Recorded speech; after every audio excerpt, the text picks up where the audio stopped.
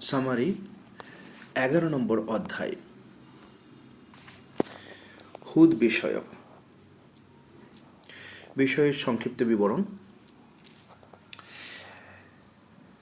এতে 123টি বাক্য রয়েছে এবং এর মূল বিষয় উল্লিখিত আকারে শিরোনামে হুদ এবং তার জাতি আদ সম্পর্কে। এটি ঈশ্বরের সৃষ্টি, নূহ, সালেহ এবং সামুদের কাহিনী সম্পর্কে আরও কথা বলে। এটি ফেরেশতা, আব্রাহাম এবং লূত সম্প্রদায়ের শাস্তির গল্প সম্পর্কে কথা বলে। এই সূরাটি মানুষকে দুটি দলে শ্রেণীবদ্ধ করেছে, একটি হলো শ্রবণ শক্তি ও অন্যটি হলো অন্ধ এবং বধির সম্পূর্ণ। এই বিষয়গুলির উপর ভিত্তি করে বাক্যগুলির নিচের অংশটি তৈরি করা হয়েছে। এর সারাংশ: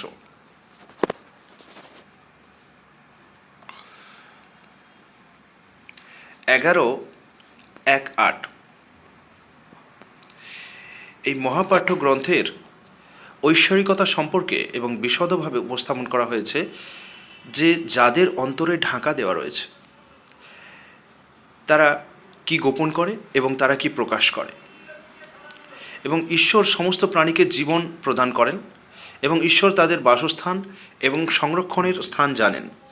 আরও এই বাক্যগুলি বলেছে যে 6 দিনে মহাবিশ্ব সৃষ্টি করা হয়েছে এবং যখন ঈশ্বর সিংহাসন জলের উপর ছিল, এবং এটাও বলে যে ঈশ্বর মানুষের পরীক্ষা করার জন্য এই পৃথিবী সৃষ্টি করেছেন। 11:9-24 নম্বর বাক্যগুলো মানুষকে সর্বদা অকৃতজ্ঞ হিসেবে বর্ণনা করে এবং প্রিয়তম দূতকে নিরুৎসাহিত না হওয়ার জন্য উৎসাহিত করা হয়েছে, কারণ অবিশ্বাসীদের ভুল মনোভাব বা বিদ্রূপ, তার জন্য মন নিরুৎসাহিত না করা উচিত।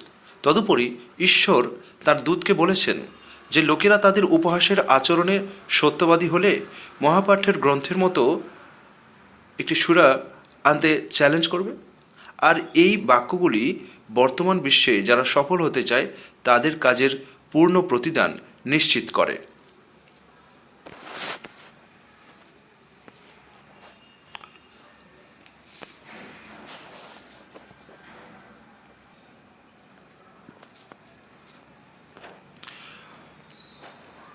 বর্তমান দুনিয়ায় কিন্তু পরকালে তাদের কোনো প্রতিদান থাকবে না। তাছাড়া ভগবান 2 ধরনের লোকের বর্ণনা দিয়েছেন, একজন হচ্ছেন বিশ্বাসী, অন্যজন হচ্ছে অবিশ্বাসী। একজন সত্যের উপর শপথকারী, অন্যজন সত্যের প্রতি অবিশ্বাসী। বিশ্বাসীরা এমন লোক যারা শোনে এবং দেখে, এবং অন্তরে ঢাকা দেওয়া লোকেরা এমন, তারা অন্ধ ও বধির। ভগবান তাদের তুলনা করে আশ্বস্ত করেন যে এই দলগুলো সমান হতে পারে না।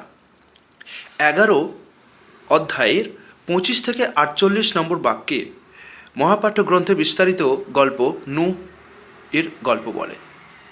নূহের জাতি আর তার নবুয়তকে, তার দূত হওয়াকে অবমূল্যায়ন করেছিল এবং বলেছিল যে আপনি সর্বনিম্ন স্তরের লোকেদের অনুসরণ করছেন, এবং তারা তাকে ও তার বাণীকে অবিশ্বাস করেছে। তাই ঈশ্বর নূহকে নির্দেশ দিলেন একটি নৌকো তৈরি করতে এবং প্রত্যেক প্রজাতির প্রাণীকে বিশ্বাসীদের সাথে বোঝাই করতে। এবং যখন নূহ নৌকো তৈরি করছিলেন এবং সমস্ত প্রাণীকে বিশ্বাসীদের দিয়ে বোঝাই করছিলেন, তখন একটি বন্যা এসে তার পুত্র সহ নূহের সমস্ত জাতিকে ধ্বংস করে দিয়েছিল। এছাড়া ও একটি অবিশ্বাসী ছিল।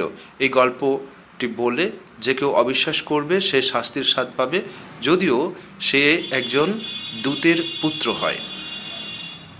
11:49-60 নম্বর বাক্যে বলা হয়েছে যে ভগবান দূত হুদকে পাঠিয়েছিলেন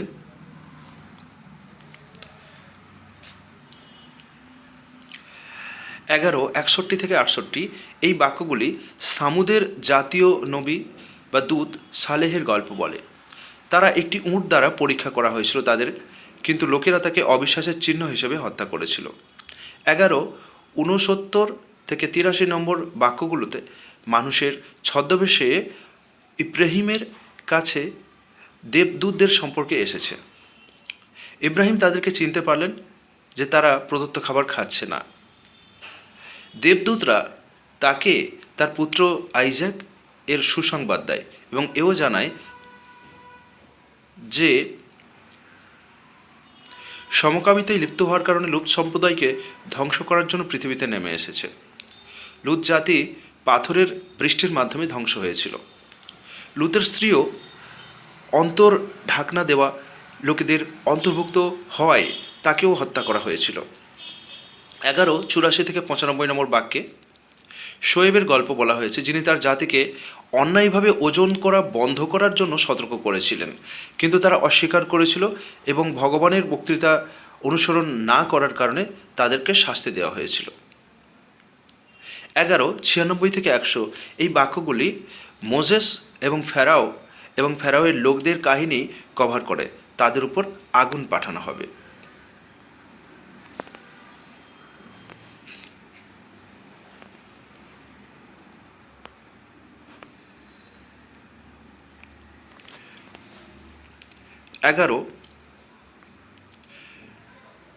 পুনরুত্থানের দিন 11:101-113 বাক্যে বলা হয়েছে যে প্রত্যেককে তাদের কৃতকর্ম অনুসারে স্বর্গে বা নরকে পাঠানো হবে এবং তারা সেখানে চিরকাল থাকবে। এই বাক্যগুলি মানুষকে তাদের পূর্বপুরুষদের মতো অন্যায়কারীদের পদচিহ্ন অনুসরণ না করার নির্দেশ দেয়। বাক্যগুলো আত্মসমর্পণকারীদের, ভগবানে নিবেদিতদের তাদের বিশ্বাসে অটল থাকার এবং ঈশ্বরের নির্দেশনা অনুসরণ করার পরামর্শ দেয়, কারণ তিনি সর্বদর্শী। 11:114 থেকে 123 নম্বর বাক্যগুলিতে মানুষকে ক্রমাগত প্রার্থনা করার নির্দেশ দেয়, কারণ তারা অন্যায়গুলি দূর করবে, তাদের ভালো কাজ করতে সাহায্য করে এবং ক্রমাগত ঈশ্বরের কাছ থেকে পরামর্শ চাইতে তাদের কথা স্মরণ করিয়ে দেয়। অধিকন্তু ভগবান অন্যায়ভাবে শহরগুলিকে ধ্বংস করেন না যদি শহরের লোকেরা সংস্কারক হয়।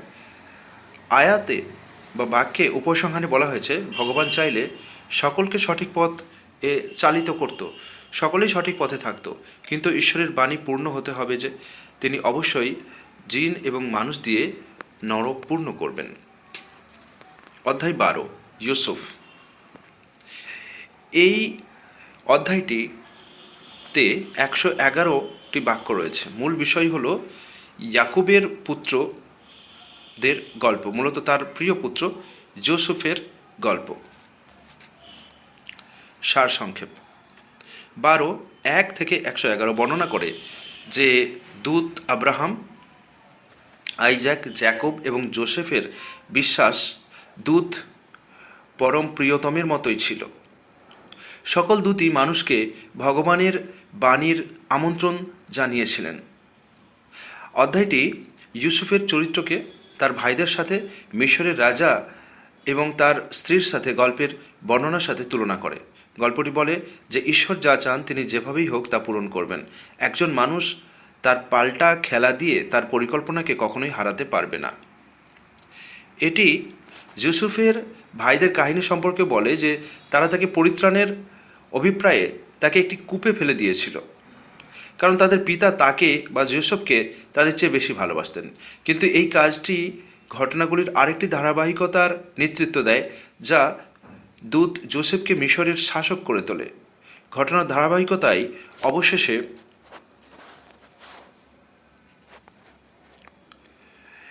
ইউসুফের ভাই তার ভাইয়ের কাছে মিশরে গেলেন, তাদের ভাই তাদের চিনতে পারলেন এবং তারা শেষ পর্যন্ত নত হলেন। একইভাবে মিশরের শাসকের স্ত্রী যৌন নিপীড়নের অভিযোগ এনে ইউসুফকে কারাগারে পাঠান, কিন্তু বাস্তবে এটি তার জন্য একটি সুযোগ হিসেবে প্রমাণিত হয়েছিল, মিশরের শাসক হবার সুযোগ। উপসংহারে অধ্যায়ে একটি শিক্ষা রয়েছে যে মানুষের পরিকল্পনা হারাতে পারে না, অর্থাৎ ঈশ্বরের পরিকল্পনা মানুষে হারাতে পারে না। প্রকৃত চরিত্রের অধিকারী, বিশ্বাসী এবং শপথ গ্রহণকারীরা রক্তের সম্পর্ক ও সময়ের শাসকদের দূত ও মন্দ কর্মকাণ্ড সত্ত্বেও বেঁচে থাকতে পারে এবং ভগবানের ইচ্ছা অনুযায়ী রাজা হতে পারে। অধ্যায় 13 দ্য থান্ডার। এটিতে 43টি বাক্য রয়েছে।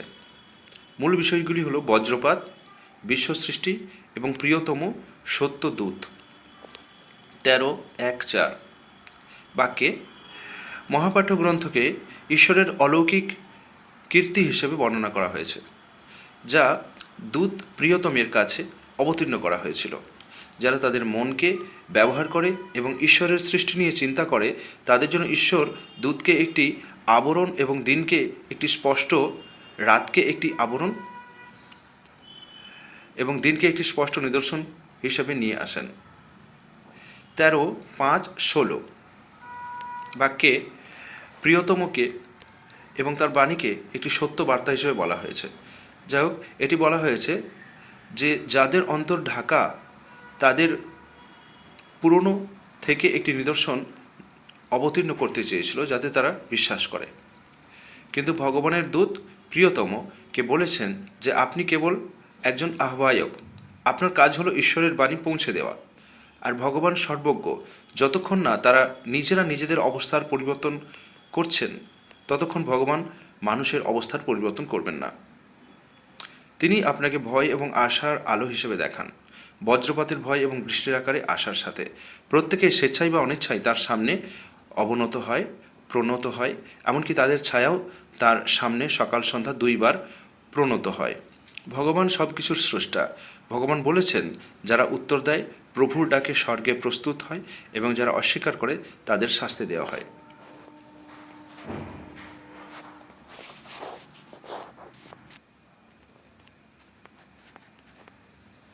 তেরো 16-42 নম্বর বাক্যগুলিতে বলা হচ্ছে, ঈশ্বর সমস্ত নক্ষত্র, আকাশ, পৃথিবী, পর্বত, মানুষ এবং অদৃশ্য আত্মার সৃষ্টি করেছেন।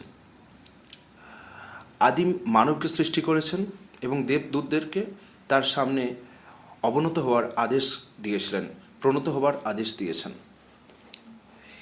ইবলিস ব্যতীত সকলেই আনুগত্য করেছিল, যে অসারতার সাথে প্রত্যাখ্যান করেছিল, এবং ভগবান তারপর তাকে নন্দনকানন থেকে বের করে দেন এবং বিচারের দিন পর্যন্ত অবকাশ দেন। এবং শয়তান ঈশ্বরকে প্রতিশ্রুতি দিয়েছিল যে আপনি আমাকে বিভ্রান্তিতে ফেলেছেন, আমি অবশ্যই পৃথিবীতে আপনার লোকেদের বিভ্রান্ত করব এবং নিশ্চিত করব যে তারা আপনার অবাধ্য হবে।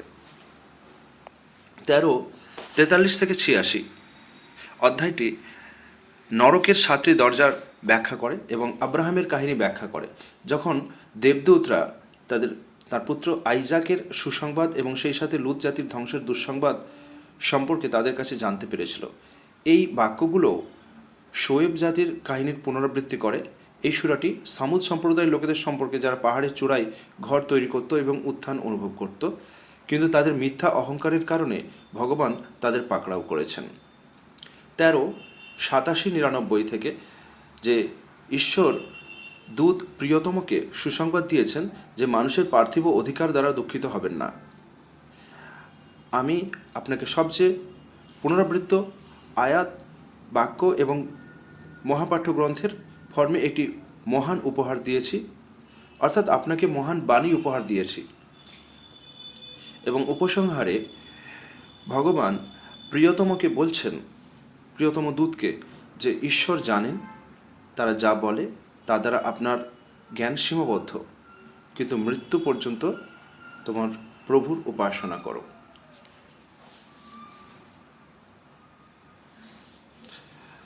15 নম্বর অধ্যায় 87-99 এর অর্থ এটি।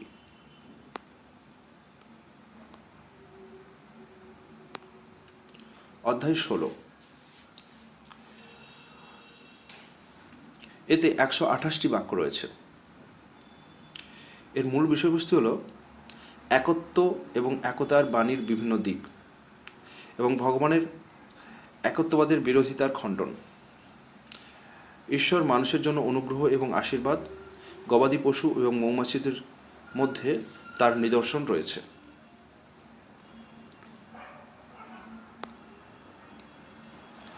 ষোলো 1-27 এই বাক্যগুলি বর্ণনা করে যে ভগবানের আদেশ সঠিক সময়ে আসবে এবং তার জন্য অধৈর্য হবেন না। তিনি বীর্যবিন্দু থেকে মানুষ সৃষ্টি করেছেন। তখন মানুষ প্রকাশ্য প্রতিপক্ষ হয়ে উঠছে। মানুষ যদি ঈশ্বরের অনুগ্রহ গণনা শুরু করে তবে তারা সেগুলি গণনা করতে পারবে না। মানুষ কি গোপন করে এবং কি ঘোষণা করে এবং সেই অনুযায়ী সতর্ক করে তা ঈশ্বর জানেন। 16:28-40 পর্যন্ত বাক্যে বর্ণনা করা হয়েছে যে ঈশ্বর প্রত্যেক জাতির মধ্যে দূত পাঠিয়েছেন যারা তাদেরকে ধার্মিকতার দিকে আহ্বান জানিয়েছেন, কিন্তু অন্তরে ঢাকা ব্যক্তিরা অজুহাত দেখিয়ে বলেছে যে ঈশ্বর চাইলে আমরা অন্য কারো উপাসনা করতাম না। মহাপাঠ্য গ্রন্থের 16, 41, 114 বাক্যে বলা হয়েছে, যারা তাদের জাতির ঢাকা অন্তরের নিষ্ঠুরতার কারণে স্থান ত্যাগ করেছে, ভগবান অবশ্যই তাদের এই পৃথিবীতে ভালো জায়গায় বসতে দেবেন। অন্তর্ঢাকা ব্যক্তিদের অত্যাচারে নিষ্ঠুরতার কারণে যাদেরকে স্থান ত্যাগ করতে হয়েছে, বসতি ত্যাগ করতে হয়েছে, আবাস ত্যাগ করতে হয়েছে, ভগবান অবশ্যই তাদেরকে পৃথিবীতে ভালো জায়গায় বসতি দেবেন। ভগবান যে কোনো দিক থেকে পরিবর্তন ঘটাতে পারেন। সমস্ত সৃষ্টি ঈশ্বরকে প্রণাম করে, প্রণত হয়, তাই তাদের ছায়াও কাজ করে। ভগবান বলেছেন যে মানুষ যখনই বিপদে পড়ে সে ঈশ্বরকে ডাকে, কিন্তু তাকে প্রকাশ করা হয় সে তৎক্ষণাৎ ত্রাণের জন্য অন্যদের প্রতি ভগবানত্ব আরোপ করে। মানবজাতির জন্য এটি একটি নিদর্শন হলো গবাদি পশু, যেমন তাদের পেট থেকে মলত্যাগ এবং রক্তের মধ্যে দুধ আসে, এবং আরেকটি স্পষ্ট নিদর্শন হলো ঈশ্বর প্রকাশ করেছেন যে স্ত্রী মৌমাছি তাদের পেট থেকে মধু তৈরি করে। একইভাবে ঈশ্বর আপনার জন্য আপনার সঙ্গী এবং আপনার সঙ্গী থেকে আপনার পুত্র এবং নাতি নাতনিদের তৈরি করেছেন। ভগবান ভুলকে সঠিক কাজ থেকে আলাদা করেন। দাস এবং বোবা এবং স্বাধীন এবং জ্ঞানী উদাহরণ থেকে আপনি এটি বুঝতে পারবেন। যারা দাস, স্বাধীন এবং জ্ঞানী এবং উভয়ই সমান হতে পারে না। বিচারের দিন, অর্থাৎ যারা ভগবানের দাস এবং যারা ভগবানের দাসত্ব থেকে নিজেদের আলাদা করে নিয়েছে, তারা উভয়ই সমান হতে পারে না। বিচারের দিন নিকটবর্তী এবং মহাপ্রলয়ের দিন নিকটবর্তী। তার আদেশ চোখের ভারসাম্য এমনকি কাছাকাছিও নয়। ভগবান বলেছেন পাখিরা ঈশ্বরের নির্দেশে ওড়ে। ঈশ্বর থ্রেড প্রস্তুতকারক মহিলাদের উদাহরণ দিয়েছেন। তারা সুতো শক্ত হওয়ার পরে খোঁচা দিয়েছিলেন। এই উদাহরণটি দেখানোর জন্য মানুষ যে শপথ গ্রহণ করে প্রতারণার অবসান ঘটবে, কিন্তু ঈশ্বরের শপথ থাকবে। শয়তান কেবল তাদেরই প্রভাবিত করতে পারে যাদের বিশ্বাস দুর্বল।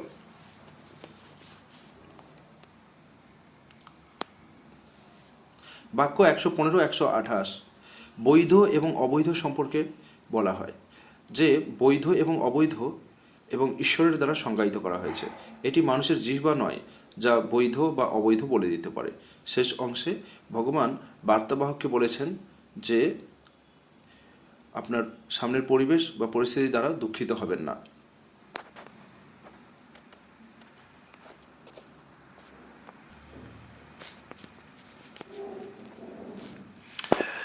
যাদের অন্তর ঢাকা রয়েছে, ন্যায় থেকে আচ্ছন্ন হয়ে রয়েছে, ধার্মিকতার সাথে ঈশ্বরের জ্ঞানের কথা প্রচার করুন, জ্ঞানের সাথে এবং বিজ্ঞতার সাথে প্রচার করুন। অধ্যায় 17 ওভারভিউ। এখানে ঈশ্বরের সাক্ষাৎ প্রসঙ্গে এই অংশটি আলোচিত হয়েছে। এতে 111টি বাক্য রয়েছে।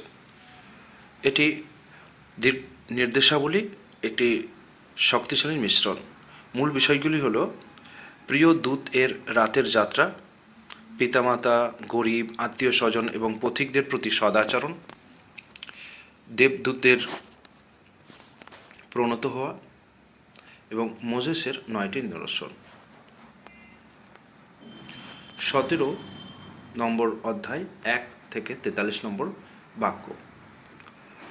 ভগবানের সাক্ষাতের ঘটনা সম্পর্কে ভগবান বলেন, ইসরায়েল দেশে 2বার ফাসাদ সৃষ্টি করবে এবং 2বার তাদের শাস্তি হবে। তারা মানুষ বিদ্বেষী। প্রতিটি ব্যক্তির ঘাড়ে তার দাঁত আছে এবং শেষ দিনে খোলা হবে। অন্যের বোঝা কেউ বহন করবে না। যে পার্থিব জীবন কামনা করে, ভগবান তাকে যা চান তাই দেন, আর যে পরলোকের জীবন কামনা করে, ভগবান তাকে দেন যদি তারা এর জন্য চেষ্টা করে। তবে পিতামাতার সাথে সদ্ব্যবহার করতে হবে। মুসাফির, গরিব, আত্মীয় স্বজন, প্রতিবেশীকে তাদের হক দাও। গর্ভপাত এবং শিশুদের হত্যা অনুমোদিত নয়।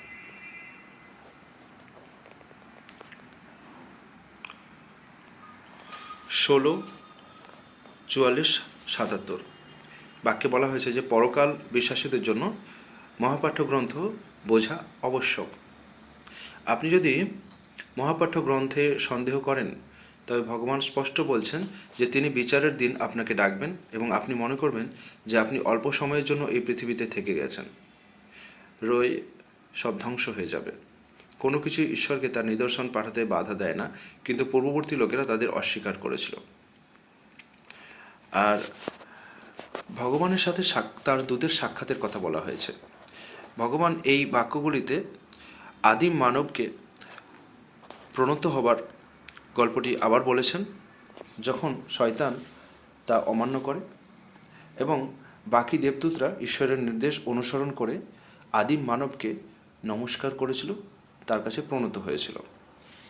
17, 77, 111 বাক্যে নির্ধারিত এবং দেবদূত এবং ঈশ্বরদূত মহাপ্রিয়তম এর জন্য অতিরিক্ত প্রার্থনা করে। সত্য এসেছে এবং মিথ্যা বিলুপ্ত হয়েছে। আত্মা হলো ঈশ্বরের আদেশ।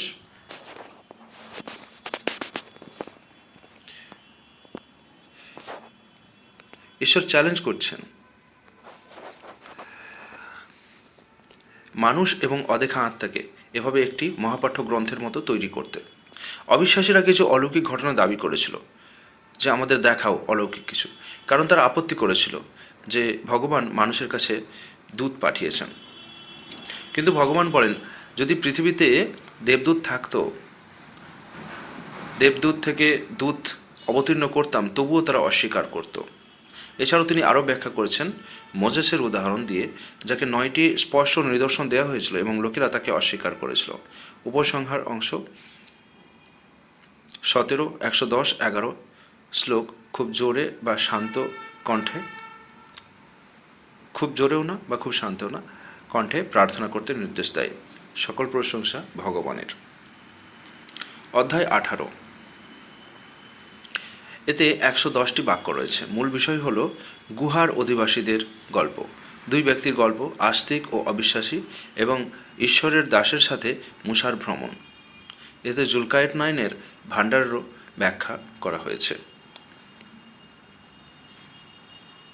18:1-31 মহাপাঠ্য গ্রন্থকে একটি সহজ এবং সহজ বই হিসেবে বর্ণনা করা হয়েছে।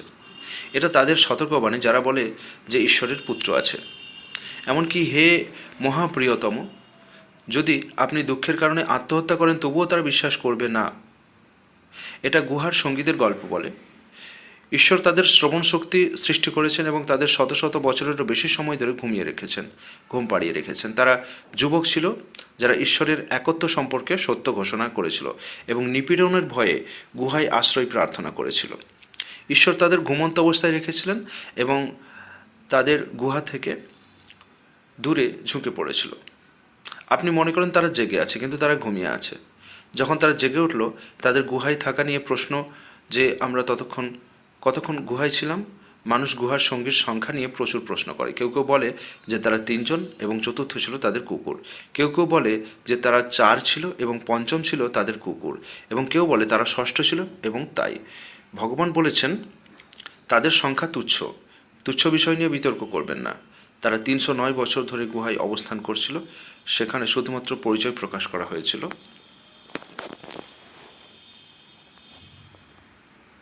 মৃত্যুর পর জীবনের বিতর্কিত সমস্যার সমাধান করতে ঈশ্বর চান যে দূত এবং বিশ্বাসীরা যেই হোক না কেন, আপনি ভবিষ্যতে কিছু করার প্রতিশ্রুতি দেন যদি ভগবান চান। 18:32-48 বাক্যে 2 মানুষের গল্প আছে। একজন ছিলেন বিশ্বাসী এবং অন্যজন অবিশ্বাসী।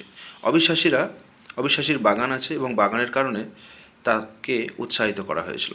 তিনি দম্ভ করে বলেছিলেন যে আমি মনে করি না যে এটি কখনোই ধ্বংস হবে। আর বিশ্বাসী বলল, যদি আমাকে আমার প্রতিপালকের কাছে ফিরিয়ে দেওয়া হয় আমি অবশ্যই এর চেয়ে ভালো পাব।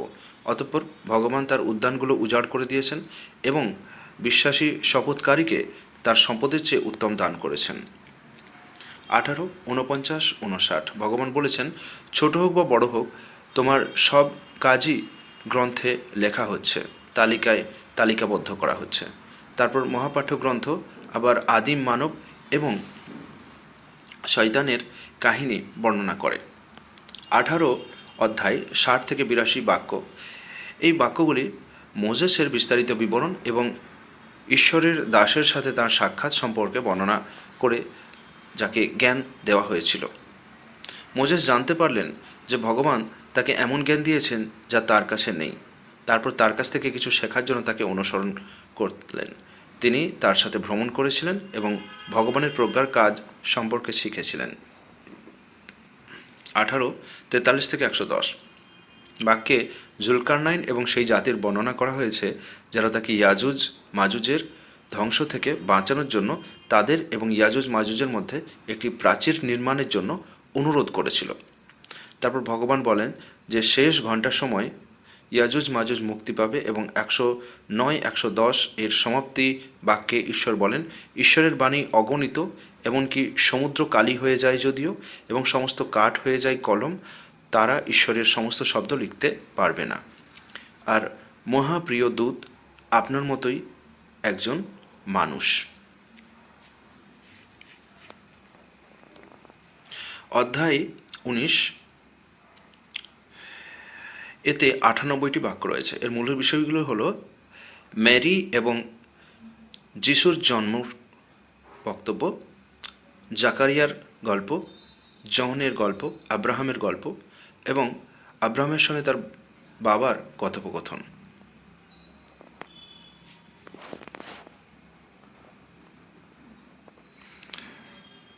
19:1-15 জাকারিয়া এবং জনের খবর। 19:16-24 থেকে শ্লোকগুলি বিবাহের গল্প বলে। তার পুত্র যিশুর জন্মকে ঈশ্বরের প্রতীক বা নিদর্শন হিসেবে দেখানো হয়। গল্পটি বা কাহিনীটি পূর্ববর্তী বিভাগে ইতিমধ্যে ব্যাখ্যা করা হয়েছে। 19:41-50 শ্লোক থেকে বাক্যগুলি আব্রাহাম এবং তার পিতার মধ্যে কথোপকথন দেখায়। ইব্রাহিম বলেন, নিশ্চয়ই এমন একটি জ্ঞান এসেছে যা তোমার কাছে আসেনি, সুতরাং আমার অনুসরণ করো, আমি তোমাকে সঠিক পথ দেখাবো। কিন্তু সে অস্বীকার করল এবং আব্রাহাম ও তার সম্প্রদায় ছেড়ে চলে গেল। 19:51-55 বাক্যে মোজেস এর কাহিনী বলা হয়েছে। তুর পাহাড়ের কাহিনী বর্ণনা করা হয়েছে এবং বলা হয়েছে ভগবান তাকে তুরের ডান দিক থেকে ডেকেছেন। 19:56 বাক্যে ইদ্রিস এনোকের গল্প বলা হয়েছে। 19:58 পর্যন্ত আদম, নূহ, আব্রাহাম এবং ইসরায়েলের বংশধরদের কাহিনী বর্ণিত হয়েছে।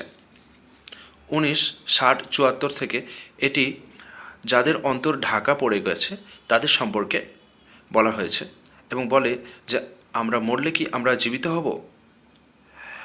ভগবানের বাণী বলে ভগবান অবশ্যই তাদের একত্রিত করবেন এবং তারা তাকে ভয় করে ভগবান তাদের রক্ষা করেন। যারা ভগবানকে ভয় করে এবং ভালোবাসে তাদের ভগবান রক্ষা করেন এবং অন্যায়কারীদের নরকের মধ্যে ছেড়ে দেবেন। 19:75-85 বাক্যে বলা হয়েছে যে তারা তাদের সুপথের পথে পরিচালিত হয়েছিল, তাদের জন্য ভগবান সুপথ, পথনির্দেশ, দিশা বাড়িয়ে দেন এবং অন্যায়কারীদের ভ্রান্তি বাড়িয়ে দেন। তদুপরি এই বাক্যগুলিতে ভগবান প্রশ্ন করেছেন, আপনি কি দেখতে পাচ্ছেন না যে আমি যাদের অন্তরে ঢাকা পড়ে আছে তাদের উপর শয়তান পাঠিয়েছি, যা তাদের প্রতিনিয়ত প্ররোচনা দিয়ে খারাপ কাজ করতে প্ররোচিত করে। 19:88-92 পর্যন্ত বাক্যে মহাপাঠ্য গ্রন্থ বলে যে যাদের অন্তর ঢাকা পড়ে গেছে তারা মিথ্যাভাবে ভগবানের সাথে তার পুত্রকে পুত্র সাব্যস্ত করে। সমাপনী অংশে বলা হয়েছে মহাপাঠ্য গ্রন্থ আরবি ভাষায় অবতীর্ণ হয়েছে যাতে মানুষকে সুসংবাদ দিয়ে সতর্ক করা যায় এবং মহাপাঠ্য গ্রন্থ মহাপ্রিয়তমকে জনগণকে বলার জন্য বলেছে, আমি এর আগে অনেক জাতিকে ধ্বংস করেছি এবং আপনি তাদের কারো কথাও শোনেন না।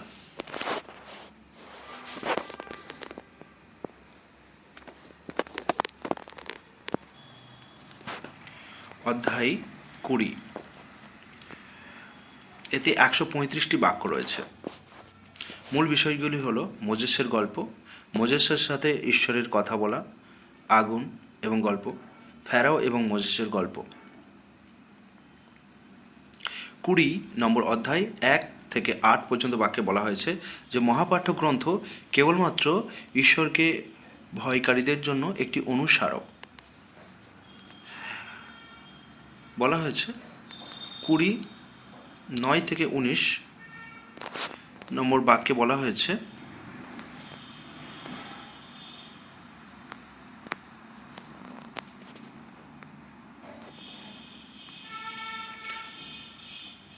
9 থেকে 112 মোসার কাহিনী বর্ণনা করা হয়েছে, যখন তিনি আগুনের কাছে আসেন এবং সেখানে গিয়েছিলেন এবং ঈশ্বর তাকে বলেছিলেন যে আমি তোমার প্রভু, তোমার জুতো খুলে ফেলো, এবং ভগবান মোজেসকে ফেরাউনের কাছে যাওয়ার জন্য তাকে সঠিক পথ প্রচার করার নির্দেশ দিয়েছিলেন।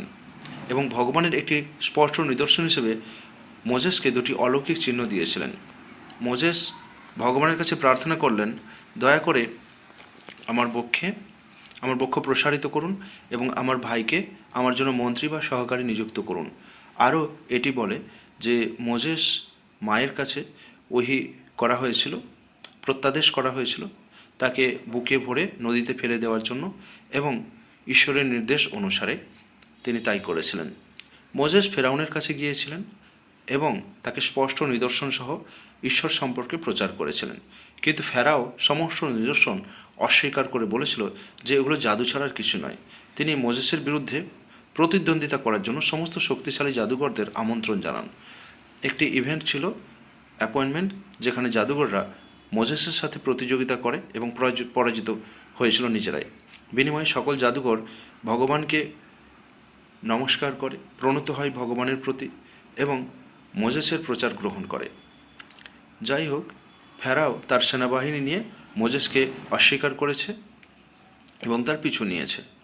আর ভগবান তাকে তার মিত্রদের সাথে ডুবিয়ে দিয়েছেন এবং মোজেস ও তার সঙ্গীদের সফল করেছেন।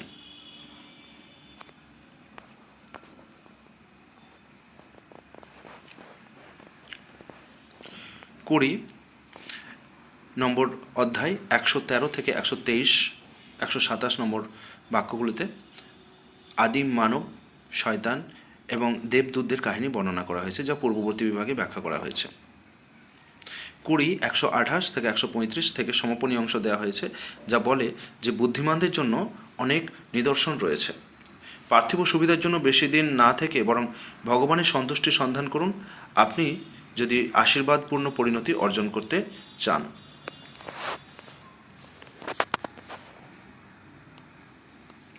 21 অধ্যায়, এতে 112টি বাক্য রয়েছে।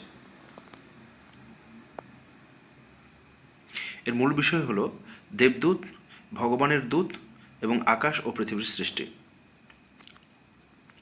21:1-47 বাক্যে যাদের অন্তর ঢাকা দেওয়া তাদের আপত্তি নিয়ে আলোচনা করা হয়েছে যে একজন দূত মানুষ হতে পারেন না, যেহেতু তারা বিশ্বাস করেছিল যে জীবন নিছক একটা খেলা এবং বিনোদন, আর জবাবদিহিতার কোনো ধারণাই নেই। এই বাক্যগুলোতে বর্ণনা করা হয়েছে যে দূত প্রিয়তম এর সতর্কবাণী ছিল প্রায় হুমকি। 21:48-90 দূতদের গল্প বলে যে দেখাতে যে সমস্ত দূতগণ দৌত্য প্রাপ্তির কারণে তাদের দেওয়া অতিরিক্ত ক্ষমতা সম্পন্ন মানুষ ছিলেন।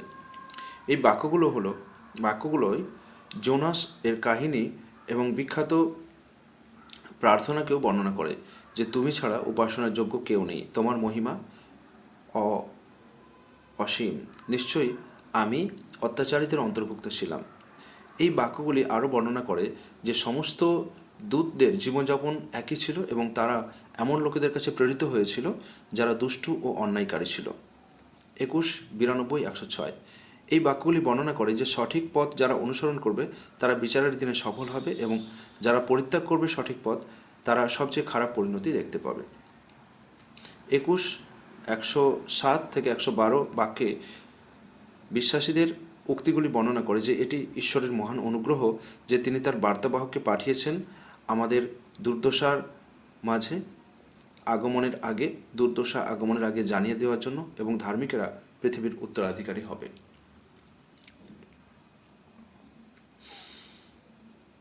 অধ্যায় 22 তীর্থযাত্রা। বিষয়বস্তু, এতে 78টি বাক্য রয়েছে। এর মূল বিষয়বস্তু তীর্থযাত্রা, তদুপরি ঈশ্বরের অস্তিত্ব এবং ত্যাগ স্বীকারের কথাও বলা হয়েছে। অধ্যায়টি আরও বলে যে ঈশ্বর একদিন মানুষের জন্য 1000 বছরের সমান। ঈশ্বরের একদিন।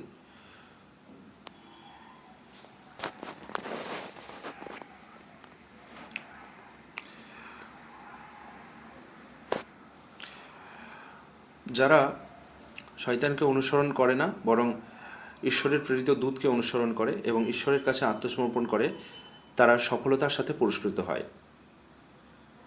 22:1-10 শেষ ঘন্টার ত্রাস এবং বিচারের দিন সম্পর্কে সন্দেহের প্রতি দৈনন্দিন জীবন এর প্রমাণ থেকে যৌক্তিক উত্তর বর্ণনা করে। বিচারের দিন প্রমাণ করার জন্য ভ্রূণের উদাহরণ, মানুষ সৃষ্টি এবং তারপর বার্ধক্যের উদাহরণ উদ্ধৃত করা হয়েছে। অধ্যায়ে বলা হয়েছে যে মানুষ কোনো জ্ঞান ছাড়াই ঈশ্বর সম্পর্কে তর্ক বিতর্ক করে। 22:11-20 এমন লোকেদের নিয়ে আলোচনা করে যারা ঈশ্বরের উপাসনা করে কিন্তু একটি প্রান্তে দাঁড়ায়। যদি তারা ভালো দ্বারা স্পর্শ করা হয় তারা খুশি হয় এবং লেজ দ্বারা আঘাত করলে তাদের মুখ ফিরিয়ে নেয়। অর্থাৎ যখন তাদের সঙ্গে ভালো কিছু হয় তারা প্রশংসা করে এবং যখন তাদের সঙ্গে খারাপ কিছু হয় তখন তারা মুখ ফিরিয়ে নেয়। আর এমন লোকেদের জন্য উপদেশ রয়েছে যারা বিশ্বাস করে না যে একজন রাগান্বিত ব্যক্তির উদাহরণের মাধ্যমে ভগবান তার অনুসারীদেরকে পৃথিবী এবং পরলোকের সাহায্য করবেন। 22:21-51 থেকে অধ্যায়টি যাদের অন্তর ঢাকা পড়ে গেছে তাদের জন্য আগুনের পোশাক, ফুটন্ত জল এবং লোহা কড়া হাতুড়ি দিয়ে প্রহারের মতো শাস্তির কথা বর্ণনা করেন। এই বাক্যগুলি আরও বর্ণনা করে যে ভগবান আব্রাহামকে উপাসনা গৃহ নির্মাণের নির্দেশ দিয়েছিলেন এবং ভগবান আরও বলেন যেসব গবাদি পশু নিষিদ্ধ সেগুলি ছাড়া যা অবৈধ তা উল্লেখ করা হয়েছে। তদুপরি ঈশ্বর বলেছেন যে তিনি উৎসর্গ করা মাংস বা পরিমাণের দিকে তাকান না, আপনার পবিত্রতা এবং উদ্দেশ্য তার কাছে পৌঁছাচ্ছে। ঈশ্বর বলেছেন চোখ অন্ধ নয়, বুকের অন্তর অন্ধ। ঈশ্বরের একদিন পৃথিবীর মানুষের 1000 বছরের সমান। 22:52-78 অংশে বলা হয়েছে যে শয়তান তার স্মরণ থেকে দূত এবং অনুসারীদের বিভ্রান্ত করে, কিন্তু যারা অনড় থাকে শয়তান তাদের নিয়ন্ত্রণ করতে পারে না। ঈশ্বর যাদের অন্তর ঢাকা দেওয়া তাদের চ্যালেঞ্জ করেন যে তারা একটি মাছিও সৃষ্টি করতে পারে না এবং যদি একটি মাছি তাদের খাদ্য ছিনিয়ে নেয় তবে তা ফেরাতে পারে না। তদুপরি এই বাক্যগুলিতে ভগবান বিশ্বাসী শপথকারীদেরকে ভগবানের নামে যুদ্ধ করতে, প্রার্থনা করতে, দান করতে এবং ভগবানের রজ্জুকে ধরে রাখতে নির্দেশ দিয়েছেন, কারণ তিনি সর্বোচ্চ সাহায্যকারী।